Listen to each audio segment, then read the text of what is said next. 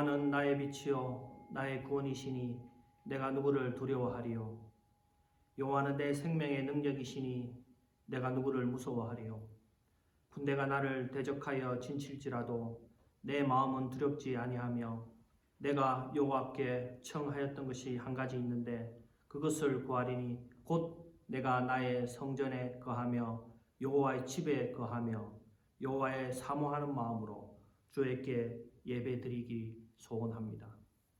거룩하신 하나님 아버지, 이 시간 거룩한 하나님 앞에 예배드리기 위해서 영상 앞에 모여서 예배드리는 예배자의 마음 하나님께서 받으시고 온전히 그 마음 가운데 신령과 진정으로 하나님 앞에 예배드리는 마음 주시고 하나님의 은혜가 있는 귀한 예배가 되게 하여 주시옵소서. 주님 은혜 간절히 구합니다. 거룩하신 예수님의 이름으로 기도합니다. 아멘. 찬송가 1장 찬양 드리겠습니다.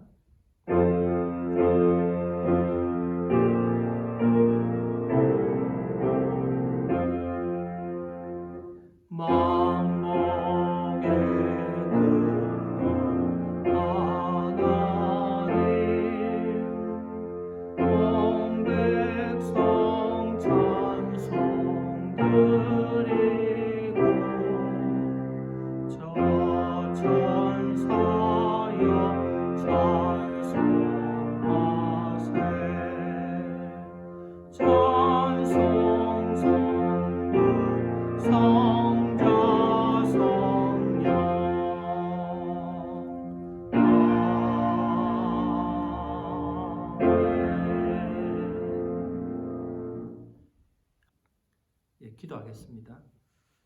거룩하신 하나님 아버지, 참 감사합니다. 하나님께서 우리에게 예배자의 마음을 주셔서 이 영상 앞에 나와서 하나님 앞에 예배드리게 하시니 감사합니다. 하나님, 예배자들이 정말 하나님 앞에 이 신령과 진정으로 드리는 예배가 되게 하시고 하나님, 또 이 시간 정말 우리가 코로나로 인해 전 세계가 너무나도 힘들고 어려운 상황이 있습니다. 주님께서 함께 하셔서 정말 코로나 바이러스로 인해 고통받는 사람들을 주님께서 도와주시고 또 이 어려운 환경 속에서 국가의 지도자들 또 의료진들에게 힘 주셔서 그들이 마땅히 이겨나갈 수 있도록 주님 도와주시옵소서.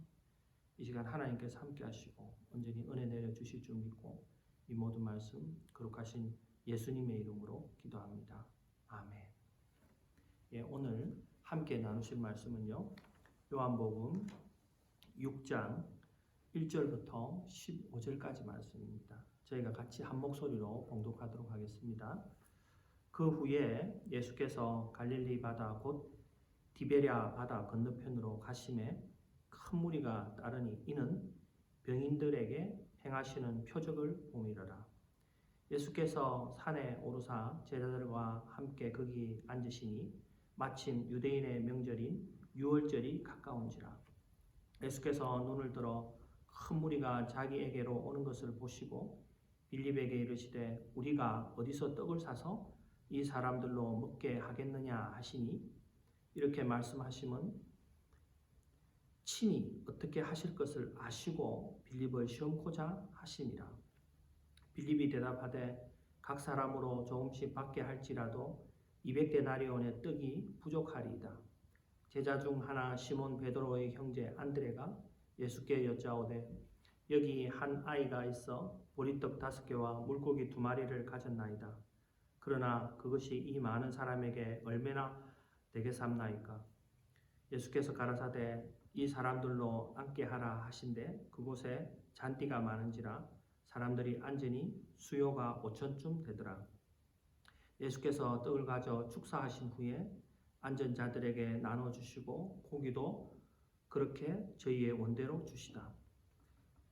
저희가 배부른 후에 예수께서 제자들에게 이르시되 남은 조각을 거두고 버리는 것이 없게 하라 하심으로 이에 거두니 보리떡 5개로 먹고 남은 조각이 12바구니에 찼더라. 그 사람들이 예수의 행하신 이 표적을 보고 말하되 이는 참으로 세상에 오실 그 선지자라 하더라. 그러므로 예수께서 저희가 와서 자기를 억지로 잡아 임금 삼으려는 줄 아시고 다시 혼자 산으로 떠나 가시니라. 아멘. 유대인들에게 유월절은 이집트에서 구원받은 것을 기념하고 종말에 유월절의 구원을 기대하는 그런 절기입니다. 요한복음은 3번의 유월절을 다루고 있습니다. 첫 번째 유월절은요, 예수님이 예루살렘에 올라가셔서 성전을 청결케 하시면서 자신이 성전임을 말씀하십니다. 성전된 자신을 통해서 하나님께 나아갈 수 있습니다. 두 번째 유월절은 오늘 본문이고요. 세 번째 유월절에는요, 예루살렘에 올라가셔서 십자가를 지시고 돌아가십니다. 십자가를 통해 우리는 하나님께로 나아갈 수 있습니다. 오늘 본문 두 번째 유월절에서 행하신 오병이어의 표적은 생명의 떡으로 오신 예수님의 살과 피를 먹음으로 우리는 하나님께 나아갈 수 있습니다. 오병이어의 표적의 의미는 예수님이 이 땅에 영원한 생명의 양식이 되심을 보여주는 것입니다. 그런데 이 오병이어의 표적을 설교할 때 빌립이나 안드레의 믿음이 없음을 강조하고 보리떡 5개와 물고기 2마리 이 작은 것으로 하나님의 손에 들리면 놀라운 기적이 생겨난다 하는 설교를 많이 합니다. 그것은 오병이어 표적의 설교를 바르게 전달한 것이 아닙니다. 오병이어의 표적의 설교는요, 생명의 떡으로 오신 예수님을 설명하는 것입니다. 오늘 6장 전체를 통해서 그 의미를 여러분들과 나누어 보도록 하겠습니다. 먼저 3절과 4절을 보면요, 예수께서 산에 오르사 제자들과 함께 거기 앉으시니 마침 유대인의 명절인 유월절이 가까운지라. 유월절이 가까운 명절에 예수님은 제자들과 함께 앉아 계십니다. 그런데 수많은 무리들이 예수님께 나아옵니다. 5절입니다. 예수께서 눈을 들어 큰 무리가 자기에게로 오는 것을 보시고 빌립에게 이르시되 우리가 어디서 떡을 사서 이 사람들을 먹게 하겠느냐 하시니, 마가복음을 보면요, 오병이어의 내용이 나옵니다. 많은 사람들이 예수님께 나와왔고 예수님은 그들을 가르치셨습니다. 해가 저물어 가니 제자들이 예수님께 제안을 합니다. 가까운 마을에 가서 그들을 사먹게 하자는 것이죠. 그때 주님께서 가진 것이 없는 그 무리들을 불쌍히 여기시면서 너희가 먹을 것을 주라 이렇게 말씀하셨습니다. 그러고 나서 오늘 본문인 것처럼 빌립에게 물었던 것 같습니다. 우리가 어디서 떡을 사서 이 사람들을 먹게 하겠느냐라고 물으셨습니다.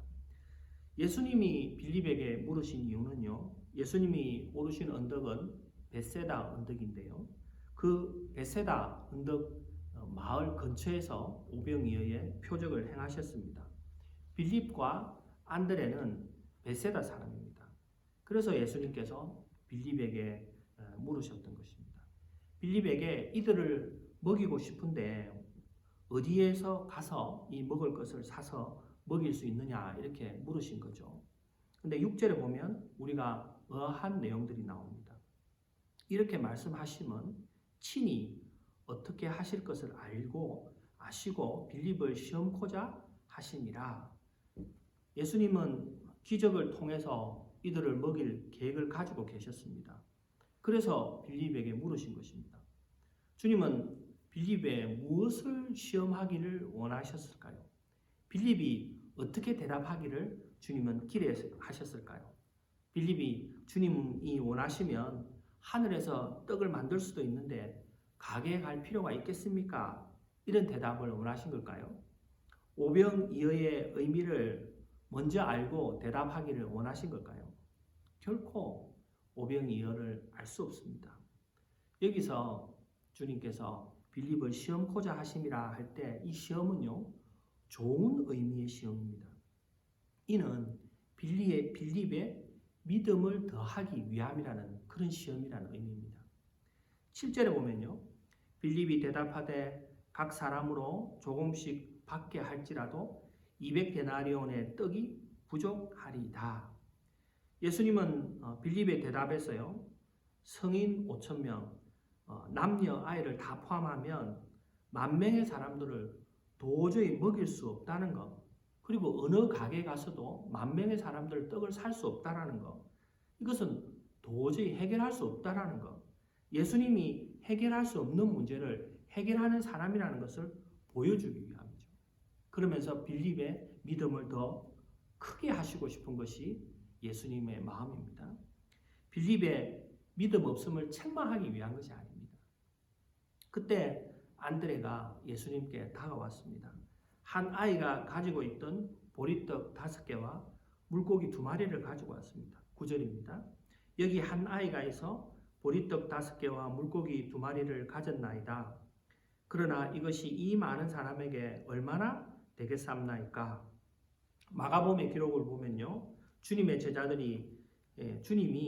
제자들에게 떡이 몇 개나 있는지 알아보라고 하셨습니다. 제자들은 그 사람들에게 일일이 먹을 것이 있느냐고 물어봤는데 한 아이가 가지고 있는 것이 떡 5개와 물고기 2마리가 있다고 했습니다. 10절과 11절입니다. 예수께서 가라사대 이 사람들로 앉게 하라 하신대 그곳에 잔디가 많은지라 사람들이 앉으니 수요가 5,000쯤 되더라. 예수께서 떡을 가져 축사하신 후에 앉은 자들에게 나눠주시고 고기도 그렇게 저희의 원대로 주시다. 예수님이 축사를 하시자 떡이 늘어나는 것입니다. 분명 보리떡 5개와 물고기 2마리였는데 주님은 그걸로 5,000에 넘는 사람들을 충분히 먹이고도 남을 떡과 물고기를 만드셨습니다. 이에 사람들이 배불리 먹고 예수님의 표적을 보고 말합니다. 14절과 15절입니다. 그 사람들이 예수의 행하신 이 표적을 보고 말하되 이는 참으로 세상에 오실 그 선지자라 하더라. 그러므로 예수께서 저희가 와서 자기를 억지로 잡아 임금 삼으려는 줄 아시고 다시 혼자 산으로 떠나 가시니라. 떡을 먹은 사람들은 흥분했습니다. 모세가 광야에서 만나를 먹인 것처럼 예수님이 광야에서 자신들을 먹인 것입니다. 그들은 예수님을 하나님이 보내신 왕으로 생각했습니다. 그들은 예수님을 왕으로 삼으려고 했습니다. 그들은 로마의 압정에 자신들에게 자유와 해방을 줄 수 있는 왕으로 삼으려 했던 것입니다. 자신들의 필요를 채워줄 수 있는 왕을 세우고 싶어 했습니다. 그때 예수님은 제자들을 먼저 배에 태워 보내고 자신은 혼자 산으로 떠났습니다. 그리고 밤에 예수님께서 그 배로 갈릴리 바다의 배로 예수님께서 걸어가시는 장면이 그 다음에 나오는 것입니다. 오늘 본문 다음에 그 내용이 나오는 것입니다. 주님이 그렇게 산으로 가고 난 다음에 그들은 예수님을 찾을 수가 없었습니다. 제자들은 가버나움으로 배를 타고 갔습니다. 그래서 사람들은 떡을 먹었던 많은 사람들이 배를 타거나 걸어서 바로 가버나움으로 달려갔습니다. 그래서 그곳에서 다시 예수님을 만나게 됩니다. 떡을 먹은 상당수의 사람들이 예수님을 찾아온 곳이에요. 그래서 그곳에서 예수님은 이제 오병이어의 의미를 말씀하십니다.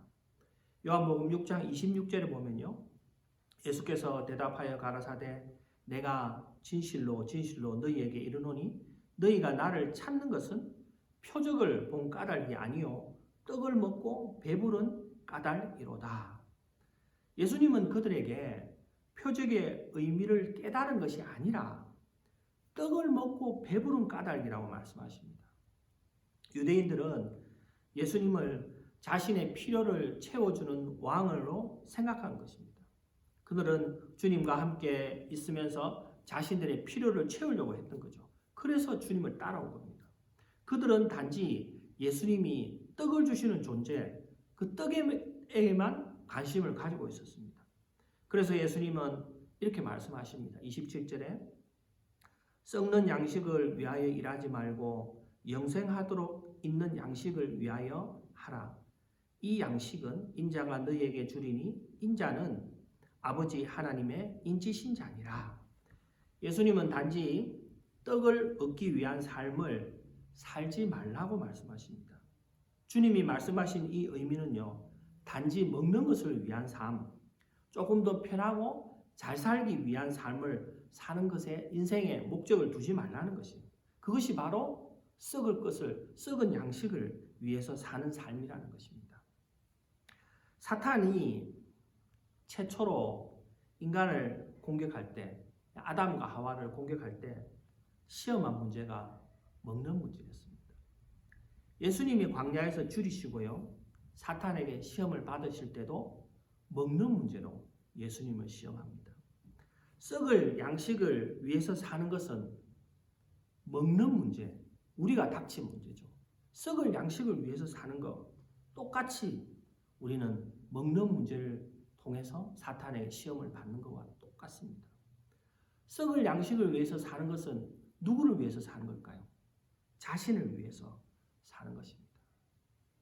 썩을 양식은 이 세상을 사는 동안에는 어느 정도 유익이 있습니다.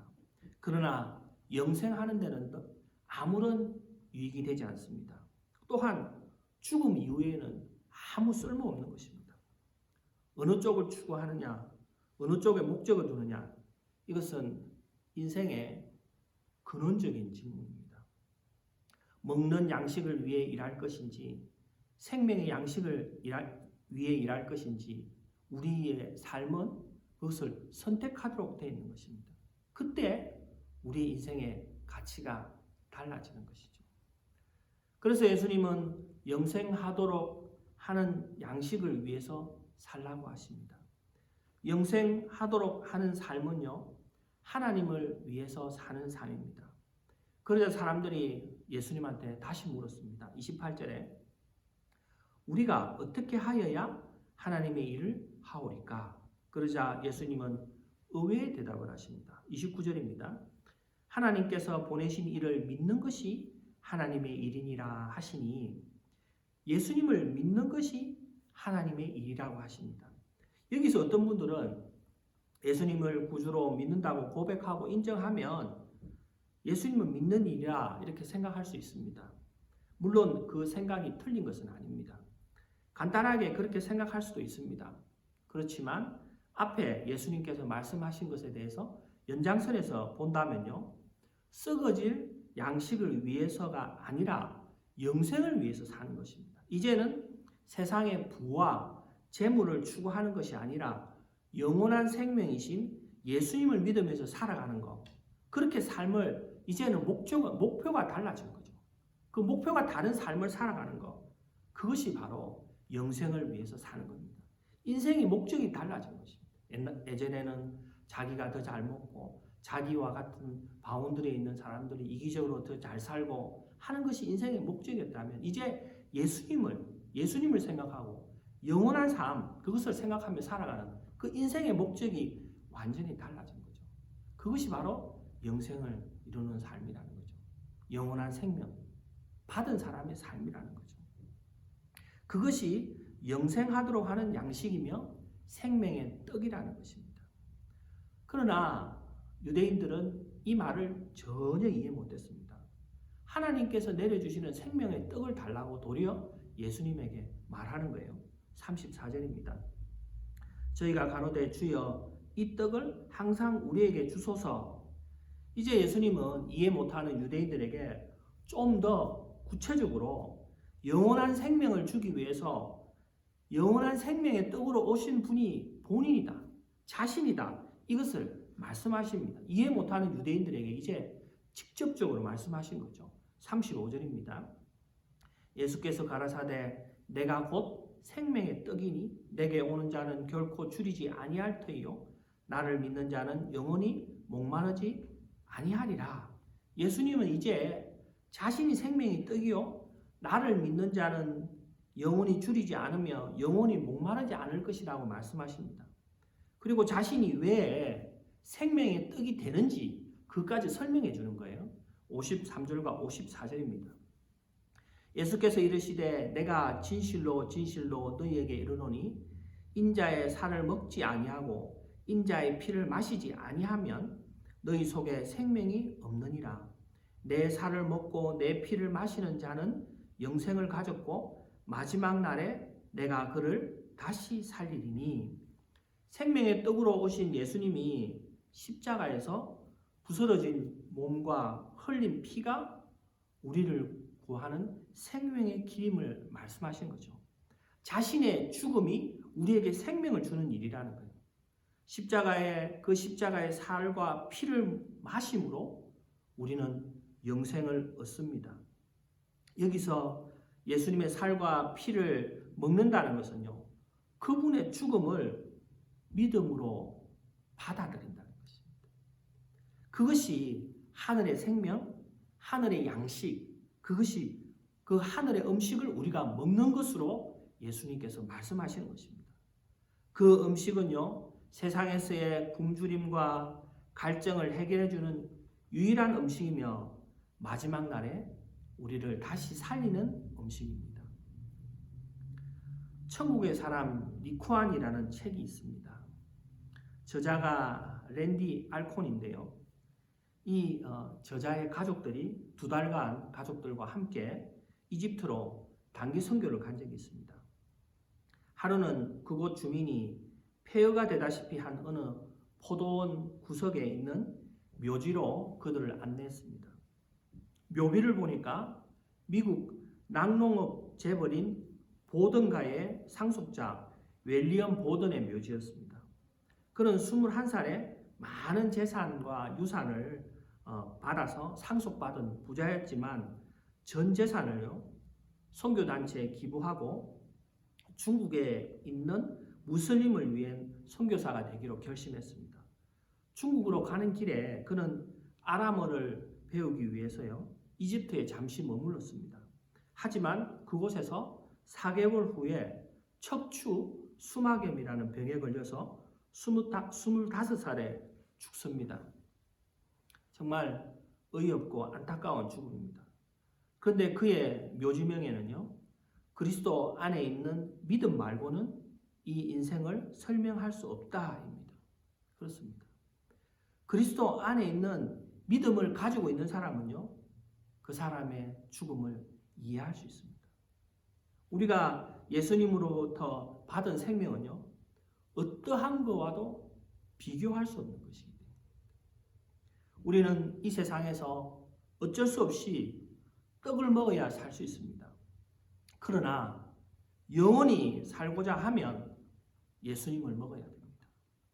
세상의 떡으로 우리는 다시 배고프고 다시 목마르게 됩니다. 결코 세상의 떡은 우리에게 생명을 주지 못합니다.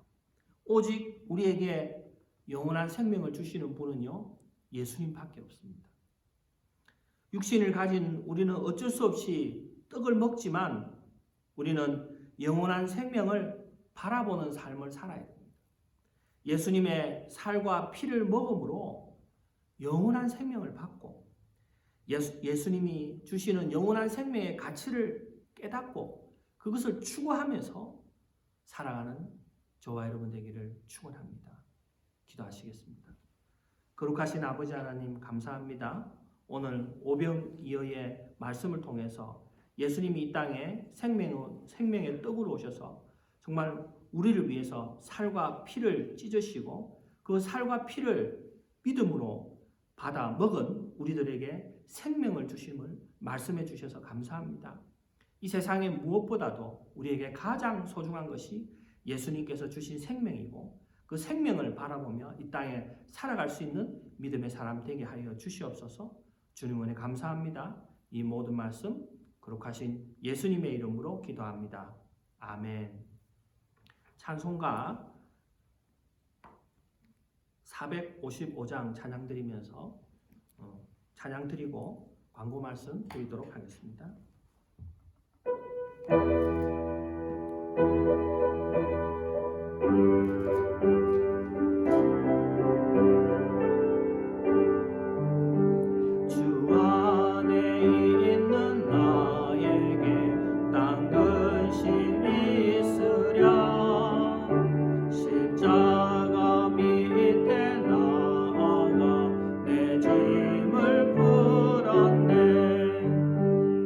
주님을 찬송하면서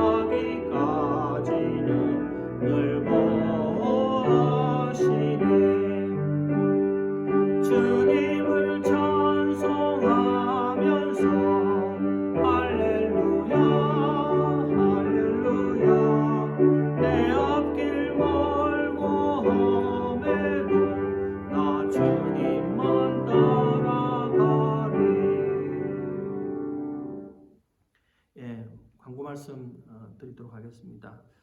지난주에도 광고했는데요. LA 카운티와 또 캘리포니아에서는 자가격리가 5월 15일까지 연장되어 있습니다. 여러분 또 밖에 외출하실 때요, 항상 마스크를 같이 쓰고 다니면 되겠습니다.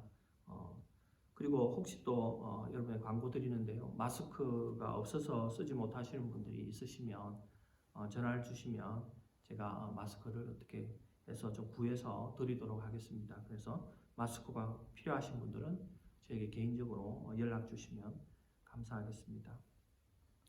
그리고 코로나 바이러스를 통해서 고통받는 분들, 그리고 직접 코로나 바이러스와 싸우고 있는 현장에 계신 의료진들, 그리고 미국에서 정치하시면서 이 바이러스를 이겨나가기 위해서 정말 노력하는 수많은 지도자들, 그들을 위해서 여러분 기도해 주시면 감사하겠습니다. 그들이 정말 하나님의 지혜로 이 어려운 길들을 잘 이겨나갈 수 있으면 좋겠습니다. 네, 마지막으로 축도함으로 예배를 마치도록 하겠습니다. 지금은 우리를 위해서 십자가의 살과 피를 찢으시며 우리에게 생명이 되시는 예수 그리스도의 크신 은혜와 세상을 이처럼 사랑하사 독생자를 내어주신 하나님 아버지의 만극하신 사랑과 성령의 감화 감동 새롭게 하심, 오늘 생명의 양식을 먹은 성도들 머리 위에 이제부터 영원까지 함께 하기를 예수님의 이름으로 간절히 축원합니다. 아멘.